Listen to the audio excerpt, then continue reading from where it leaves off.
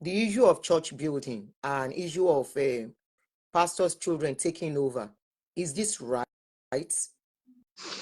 There are two premises to it in the Bible. The first one is, if you read the Bible, you'll see the God. Don't call me. You guys will not answer. Don't call me, please. I will give you the number to call when I'm ready. When you read the Bible, you will see the God of Abraham, God of Isaac, God of Jacob. Then when you also read the same Bible, you will see Moses handing over leadership to Joshua. You will see those examples in the Bible. So there is no hard rule as to who takes over a church leadership. But the person must demonstrate a genuine call of God, a profound example where everybody in this church can see that this man is fit to lead. But there is a second scenario where the church policy determined that in this church, when the general overseer's tenure is over, somebody should be chosen among the board, or the board should sit down and make a decision as to who takes over. So again, it depends on what the church policy is, and it depends on what is in the constitution of that church when they submitted it to the corporate affairs for the government of the country to approve that church policies. Because again, every church that is legal, submitted their constitution and their policies to the government, and there's a body in government that is supposed to go through all of that and give approval or question it. Talking about the policy of the church, when the church was to start, why can't the pastors let people know that a time will come they might bring their children into the church? The church is supposed to do that. I mean, the board of trustees are supposed to have a position on that. They are supposed to. But again, like I keep telling you, some of these people are ignorant. So that's why teaching is important, because it is teaching that will bring enlightenment. Then it will make people ask questions, and questions will bring explanation, and explanation will make sure people are not in darkness. Now, remember, the building of the church is from people's money. Yeah. And it gets to a stage, the pastor is in charge of everything, and suddenly he's bringing in his own children to come and take over, or to come and take over the church.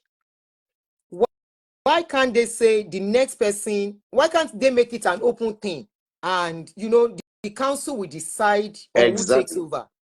Exactly, that's the way it should be. The church trustees, the board, is supposed to sit down and decide that. But some churches in their policy, they already had that in their policy. But is it known to the members of the church in the policy? If the church had asked the board members will have explained, this is the policy of the church. It's been there. It's always there in the policy, but the members don't know. The members could know and they may not know, depending on which church is it. But most of them don't. People don't know. They just suddenly, once the father died, the child is taking over. Even some, there's a particular one, he has already positioned his children there. So people are supposed to ask questions. It's late, sir. It's late asking questions from all these particular big churches we are talking of. People sold their life savings and everything. Now we are seeing it's more like a business, family business. No, Sister Duni, is not late. For example, if you join a denomination that has 100 branches everywhere, you will know that there are pastors and there are board members. You may not talk to the general overseer, but you can ask your immediate pastor, what are the policies of this church as it regards this aspect? The pastor will tell you all the policies. Pastor, most of the branch pastors do not know anything about these churches. I was once a wife of a parish pastor. We don't know all these things. So again, like I always say, that's why ignorance is the greatest problem of mankind. So when you get into something, and this is for the benefit of those watching us now, when you get into a ministry, ask questions.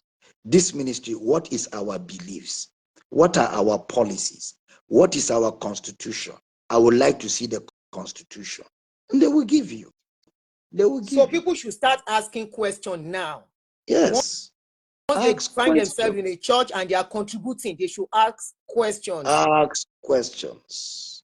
There was a time I put something like that, like in our outside. church. Like in our church, and I'm not saying this because I want to show that I'm a saint, no. But anybody who knows me knows that's what we do. In our church, every time we meet, we ask people to ask us questions. Every day we meet. When I finish teaching, any questions from anything you don't understand, ask. And people will ask and ask, we will answer till they are satisfied. A church is supposed to do that so that nobody is in darkness. But do you know most times they don't even allow people to ask? Once you ask questions, they see you as a rebel. No, in our church, you will ask me and ask me. That's why I wasn't afraid to come to your show. Because I have nothing to hide. What you see is what you get. If you ask me questions, every Sunday, I ask people to ask me questions. Sometimes when they say they have questions, I'll even be the one trying to help them ask the questions. Because I want people to know exactly you what say they I'm are being into. political with the truth. You can ask your own questions. I have the question I want to ask him. Whatever you think you want to ask him, you can go ahead. He's here with us. He's ready to answer us. No, but that's unfair now. Doesn't you see the way you've been firing me since I came here? You've been saying it the way it is. I'm not even painting it. I'm not here to make people say they don't want to do religion. I'm here to, what I've been even saying, if you look at my page, is to do it right. Do it right. That's what Don't use it as selfish means. Don't use it to cause people to lose their loved ones. Don't use it for monetary gain. That's what I do on my page.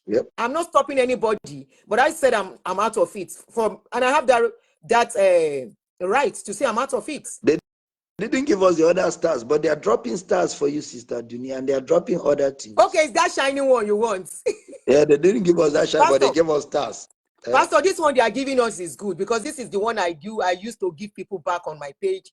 My plan is so what they are giving me, that one you are seeing, Facebook will convert it to money for me. Oh, please, they should give more. They should give more. They should give more. Please, so what I even do, what I want to be doing, what I usually do is that money that comes in, I share it into two before to give to people on my page. But the plan now is to everything that will be given as stars, I will accumulate everything together at the end of the month and give somebody on the page that needs it for to establish a business. That is the plan. That's really nice. So really nice. For this month, I was supposed to use it for that, but unfortunately, there is a woman that the son has accidents. I'm supposed to even seek for help for her. So I've decided to carry that money and probably had something to eat and ask people to add to it and use it for her. Very nice. To help for the hospital needs. These are the things we are looking out for. You know, all this, our GOs and all the rest, all the money they have in their care. And today, we say, big Macarios with the sea and all the rest. And we wonder, all of us that sowed the seed, we are still struggling and hustling. Then what happened? Where did we get it wrong? I have all the prayers,